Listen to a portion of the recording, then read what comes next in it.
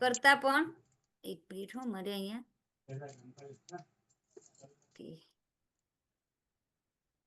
તેના કરતા પણ બોલો બોલો મેડમ.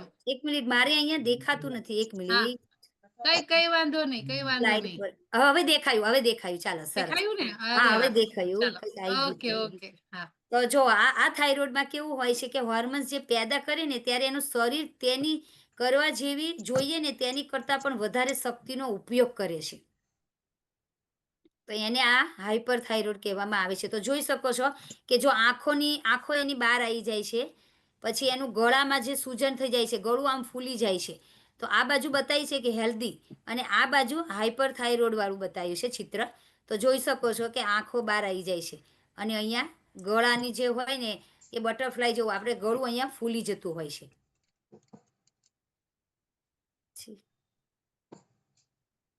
હા, પછી હાઇપરથાઇરોઇડના લક્ષણો. તો આના લક્ષણો કયા હોય છે? તો જો શરીરમાં ચયાપચય વધી જાય છે, એટલે કે જે ચયાપચયની ક્રિયા હોય ને એમાં વધારો થઈ જાય છે અને જે મેટાબોલિઝમ હોય છે ને એનું જે સંતુલન હોય એ રહેતું નથી. પણ નર્વસ સિસ્ટમ એટલે ટેન્શન, સ્ટ્રેસ વધારે આવી જાય છે, ચિંતા જેવું કરે છે, ચિંતાપણું વધારે આવી જાય છે, ચીડિયાપણું આવી જાય છે વધારે, ગુસ્સો આવે વધારે. ઘણા બધાને આ જે થાઇરોઇડ હોય ને એમાં ગુસ્સો વધારે આવી જાય, પછી ચિંતા એટલે સ્ટ્રેસ જ વધારે લયા કરે. નાની નાની વાતમાં એ ચિંતા જ કરે, સ્ટ્રેસ લઈને ફરતા હોય. એમાં લેડીઝનો સ્વભાવ વધારે એવો હોય કે આ બધી વસ્તુ એનામાં વધારે જોવા મળતી હોય છે. પછી હાથ પગ ધ્રુજવા લાગી જાય કે હાથ પગ ઉપર શું કહેવાય ધ્રુજારી આવે, ધ્રુજવા લાગતા હોય, એના સ્નાયુઓ નબળા થઈ જાય, એકદમ વીક પડી જતા હોય છે એના. અને ભૂખ લાગે ને તો પણ એનું વજન ઘટે. ભૂખ લાગે એટલે ખોરાક તો ખાય જ, તો ખોરાક ખાય છતાં પણ એનું વજન ઘટે, વજન વધે નહીં એનું. તો હાઇપરથાઇરોઇડમાં એટલે કે આપણું શરીર હુકાવા લાગે, તો એમાં વજન ઘટે. ગમે એટલો ખોરાક ખાય, ગમે એટલું એનો સારું બનાવીને ખોરાક હારો ખાતા હોય ને તો પણ એનું વજન ઘટતું હોય છે.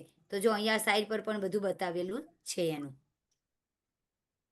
પછી હાઇપોથાઇરોઇડ, જેમ કે હમણાં આશા મેડમે કીધું, નેજલ મેડમે, બેચર સરે કીધું કે જ્યારે આ થાઇરોઇડ પૂરતા પ્રમાણમાં હોર્મોન્સ પેદા કરતું નથી અને શરીરને જોઈએ ને તેના કરતાં ઓછી શક્તિનો ઉપયોગ કરે છે.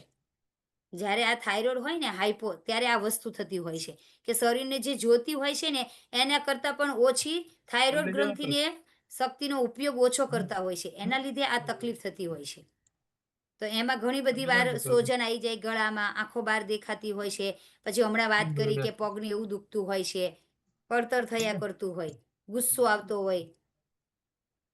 પછી હાઇપોથાઇરોઇડના લક્ષણો. તો જો આમાં લક્ષણો કેવા હોય છે કે એના હૃદયના ધબકારા ધીમા થઈ જાય, ઓછા થઈ જાય, થાક લાગે, એની ઇમ્યુનિટી રોગ પ્રતિકારક શક્તિ એની ઓછી હોય, એટલે શું એ થાકી જતા હોય છે. પછી એનું વજન વધી જાય, આમાં વજન વધી જાય અને ગમે એટલું ડાયટ કરે, ખાય નહીં ને ભૂખ્યા રહે ને તો પણ એમનું વજન વધી જતું હોય છે. કારણ કે એ ફૂલણીઓ, ઘણા કહેતા હોય છે ને ભીનો થાઇરોઇડ ને ફૂલણીઓ, એટલે વજન ફૂલતું જ જતું હોય. એને દવા લેવી જ પડે. હમણાં આશા મેડમે કીધું કે હું જો દવા ના લઉં ને તો હું આખી ફૂલી જતી હોય, અને હાથ પગ અહીંયા ગળામાં સોજાઈ જાય અને આખું શરીર ફૂલી જતું હોય છે. પછી કબજિયાતનો પ્રોબ્લેમ રહે, કારણ કે એને જે ચયાપચયની ક્રિયા હોય ને એનું બેલેન્સ ના રહે, એ જે ખાય છે ને એ પચતું નથી, એટલે એના લીધે એને કબજિયાતનો પણ પ્રોબ્લેમ થતો હોય. પછી હાથ પગ પર સોજા આવી જાય છે, એટલે હાથ પગમાં પણ સોજા આવી જાય અને ફૂલી જાય છે. પસીનામાં ઘટાડો, એટલે પસીનો એને થતો જ નથી હોતો. એની જે સ્કીન હોય ને એ એકદમ સૂકી સૂકી થઈ જતી હોય. હમણાં આપણે નેજલ મેડમે બોલ્યા કે મારી સ્કીન પણ એકદમ ડ્રાય થઈ જતી હતી અને અત્યારે આપણો આ નાસ્તો લેવાથી એમની સ્કીન સારી થઈ. પછી થાઇરોઇડના કારણો. તો જો શું કારણથી થાઇરોઇડ થતો હોય છે? તો જો થાઇરોઇડનો હોર્મોન્સ બનાવવાની ક્ષમતા ઓછી થઈ જાય છે. જે આ થાઇરોઇડ બનાવવાની ક્ષમતા હોય ને એ એની ઓછી, એકદમ ધીરી થઈ જાય છે. પછી સોયા ઉત્પન્નનો જરૂર કરતાં પણ વધુ ઉપયોગ કરે છે. જે સોયાબીન હોય ને એનો ઉપયોગ વધારે કરે, સોયા પ્રોડક્ટ જે હોય એનો ઉપયોગ વધારે કરતા હોય છે. એના લીધે પણ આ પ્રોબ્લેમ થતો હોય છે. દવાની આડઅસર, કે વધારું પડતું દવાનું સેવન કરવાથી આ તકલીફ થતી હોય છે. પછી ગર્ભાવસ્થામાં લેડીઝ કેવું હોય કે મહિલાઓ ગર્ભાવસ્થામાં એના પ્રોબ્લેમ આવી જતો હોય છે, એનું હોર્મોન્સ અનબેલેન્સ થઈ જતા હોય છે, એના લીધે આ થાય. પછી વારસાગત. તો વારસાગતમાં કે ઘણા કહેતા હોય કે મમ્મીને હોય, પપ્પાને હોય અથવા દાદાને હોય, કુટુંબમાં ઘણા બધાને હોય, જેનેટિક પ્રોબ્લેમ થતો હોય છે. અને ગેસ. તો ગેસના કારણે પણ આ પ્રોબ્લેમ થતો હોય કે ખાધેલો ખોરાક પચતો નથી હોતો અને ગેસ ને એસિડિટીની દવા લેવાથી પણ આ પ્રોબ્લેમ થાય છે. જો મને આ કમ્યુનિટી ના મળી હોત ને તો મને પણ કદાચ આ પ્રોબ્લેમ થાત હાઇપરથાઇરોઇડ.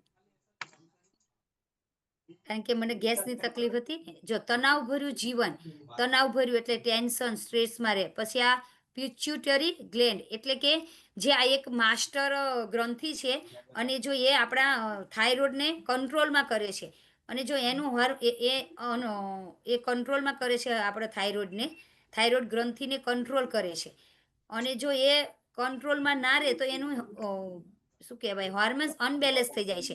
તો એના લીધે પણ આ થતું હોય છે. પછી આયોડિનનું પ્રમાણ વધારે અથવા ઓછું, જો આયોડિન યુક્ત ખોરાક ના લેવાથી પણ આ પ્રોબ્લેમ થતો હોય છે. તો આયોડિનનું આપણે જે જોઈતું હોય ને એ પ્રમાણ લેવું જોઈએ, ના વધારે કે ના ઓછું. ઘણા લોકોનું આમ જોવો ને તો તમે આયોડિન યુક્ત ખોરાક ના લેતા હોય ને તો આમ જોવો ને તો આમ ઘણા બીક લાગે એવા પણ દેખાતા હોય છે કે ગળું મોટું લાગતું હોય, એની આંખો બધી બહાર આવી જતી હોય, એનો ચહેરો આમ અલગ જ દેખાતો હોય છે. અને હોર્મોન્સમાં અસંતુલન, જો આ બાજુ ચહેરો બતાવ્યો છે કે આ ચહેરો આંખો બહાર આવી જાય છે તો કોઈને એવું થાય, કોઈને સામું જોવે ને તો કોઈને એવું થાય કે મારા સામું શું કહેવાય આંખો કાઢે છે, પણ એની આંખો જ એ રીતની થઈ ગઈ હોય. અને જો ગળામાં પણ કેવું સોજન આવી ગયું ને એનો ચહેરો આખો કદરૂપો લાગતો હોય છે. તો આ પ્રોબ્લેમ થતો હોય છે. અને હોર્મોન્સમાં અસંતુલન, તો જે હોર્મોન્સ બનવા જોઈતા હોય ને જે થાઇરોઇડ ગ્રંથિના એમાં અસંતુલન આવતું હોય છે. એના લીધે પણ આ પ્રોબ્લેમ થતો હોય છે. પછી હાંસીનો મોટો રોગ, આ પણ એક રોગ જ છે કે જેમાં આપણને આ પ્રોબ્લેમ થતો હોય છે. પછી થાઇરોઇડ ગ્રંથિની બળતરા, તો જેમાં પણ આમાં શરીરમાં બળતરા થતી હોય છે કે આ ગ્રંથિના જે હોર્મોન્સ અનબેલેન્સ થઈ જતા હોય ને એટલે એ બળતરા શરીરમાં થતી હોય છે. પછી ગ્રેવેસ રોગ એટલે એને શું કહેવામાં આવે, એટલે એમ કે આપણામાં જે શરીરને જે જોઈતા થાઇરોઇડ ગ્રંથિના જે બનાવવાના હોય ને હોર્મોન્સ એ જરૂર કરતાં પણ વધારે બનાવે છે. તો એના ગ્રેવેસ રોગ કહેવામાં આવે છે. તો એમાં શું ખાવું જોઈએ, તો જો ખાવામાં કેવું ખાવું જોઈએ કે ઓછો ચરબીવાળો ખોરાક ખાવો જોઈએ, જેમાં કેલેરી બહુ ઓછી હોય, કે તળેલું ઓછું ખાવું જોઈએ. આપણે ભાખરી ખાતા હોય તો ભાખરીમાં મોવણ એટલું દેતા હોય, પછી એની અંદર ઘી ઉપર લગાવે ને અંદર પણ ઘી એટલું એડ કરીને આપણે ભાખરી ખાતા, તો ચરબીવાળો ખોરાક ઓછો ખાવો જોઈએ. લીલા શાકભાજી અને ફળો વધારે ખાવા જોઈએ, જે નેચરલ છે ને કુદરતી એને વધારવાનું હોય. પછી આયોડિનથી ભરપૂર ખોરાક એટલે જેમાં પણ આયોડિન હોય એવો ખોરાક ખાવો જોઈએ. આખા અનાજ એટલે કે આ સોયા શું કહેવાય આપણે આખા અનાજમાં આવે છે, બ્રાઉન રાઈસ આવે છે, ઘઉં આવે છે, તો એવા બધાએ આખા અનાજ ખાવા જોઈએ, ઓટ્સ ખાવા જોઈએ. પછી પ્રોટીન અને ફાઈબરથી ભરપૂર ખોરાક, તો જેમાં પ્રોટીન અને ફાઈબર છે ને, પ્રોટીન એટલે કે કઠોળ, તો જેમાં પણ કઠોળ જે પણ છે જેમ કે મગ, ચણાની દાળ છે, તુવેર છે, પછી રાજમા છે, એવા બધા પ્રોટીનનો ખાવા જોઈએ. અને ફાઈબર, તો ફાઈબર જેમાંથી મળે કે લીલા શાકભાજીમાંથી ફાઈબર મળે, ફ્રૂટ્સમાંથી ફાઈબર મળે છે, તો એવા ખોરાક ખાવો જોઈએ. પછી દૂધ અને દહીં વધુ પ્રમાણમાં, ડેરી પ્રોડક્ટ લેવી જોઈએ, દૂધ, દહીં આ બધું ખાવું જોઈએ, પનીર ખાવું જોઈએ. તો આ બધું ખાવું જોઈએ જો આપણે આનાથી બચવું હોય ને થાઇરોઇડથી. તો આ સમસ્યાથી કેવી રીતે બચી શકાય, તો ખોરાક વિશે તો હમણાં વાત કરી. તો જો આંખોની સારવાર કેવી રીતે કરવી, તો જો અહીંયા આંખ માસ્ક લગાયેલું છે. પછી બીજું ડાયટ અને શારીરિક પ્રવૃત્તિ કરવી જોઈએ, ખાસ ડાયટ પર છે, જીવનશૈલી પર, કે ટાઈમે જમવું જોઈએ, ટાઈમે સુવાનું હોય. પછી ખોરાક કે કેવો લેવો જોઈએ, તો પોષણયુક્ત ખોરાક લેવો જોઈએ, શુદ્ધ સાત્વિકનો પૌષ્ટિક આહાર લેવો જોઈએ. પછી ડેરીનો દૂધ અને ડેરીની પ્રોડક્ટ લેવી જોઈએ, પ્રોટીનથી ભરપૂર હોવો જોઈએ, ફાઈબરવાળો ખોરાક લેવો જોઈએ, આખા અનાજ લેવા જોઈએ, બહારનું એકદમ ઓછું કરી દેવું જોઈએ. પછી જો ડાયટ અને શારીરિક પ્રવૃત્તિ પણ કરવી જોઈએ, એ પણ આપણે વાત થઈ કે ધૂમ્રપાન ના કરવું જોઈએ. જેને વ્યસન હોય ને એ વ્યસન એને ધીરે ધીરે ઓછું કરીને બંધ કરી દેવું જોઈએ. પછી એસી અને હીટરની નજીક ના સૂવું જોઈએ. એસી અને હીટરની નજીક સુવાથી આ પ્રોબ્લેમ થઈ શકે. ખાસ કરીને જેને થાઇરોઇડ હોય ને એને ખાસ આનાથી દૂર રહેવું જોઈએ. અને સૂતી વખતે આઈ માસ્કનો ઉપયોગ કરવો જોઈએ. આંખ પર પવન ના લાગે ને એટલે એના માટે આઈસ માસ્કનો ઉપયોગ કરવો જોઈએ. અને એસીથી દૂર રહેવું જોઈએ. ખાસ કરીને જેના આ થાઇરોઇડની સમસ્યા છે ને એવા લોકોને. Okay, thank you. તો હવે હું છે ને હાઇપર થાઇરોઇડ વિશે વાત કરવા માંગુ છું કે અહીંયા આયા પછી કોઈને એવું હતું કે હાઇપર એટલે કે જેનું શરીર આમ સુકાતું હતું, જેનું વજન વધતું હતું એની સાથે તો આપણે વાત થઈ ગઈ. પણ જેવા લોકો જેનું વજન વધતું જ નતું, ગમે એટલું ખોરાક ખાય, ગમે એટલું કરે ને તો એનું વજન હુકાતું જ હતું. તો એવા કોઈ છે આપણા ફેમિલી મેમ્બરમાં કે પરિવારમાં આવ્યા પછી એમને મસ્ત મજાનું રિઝલ્ટ મળ્યું એમાં? જો જેને હેન્ડરેસ કરતા ના આવડતું હોય ને તો મને આમ હાથ પણ કરી શકે, તો આપણે એમની સાથે વાત કરીશું. એવા કોઈ જ નથી, બધા વજન વધારવા વાળા જ હતા, હાઇપોથાઇરોઇડ ના જ હતા બધા. 19 तारीख को આ મીના લખેલું છે. મીના મેડમ અનમ્યુટ નો એક મેસેજ આવ્યો, અનમ્યુટ કરો. आज 20 तारीख ना 2 महीनों के पूरे બોલો, તમારો આજે પહેલો દિવસ છે મેડમ? ત્રીજો દિવસ છે. આજે ત્રીજો દિવસ છે.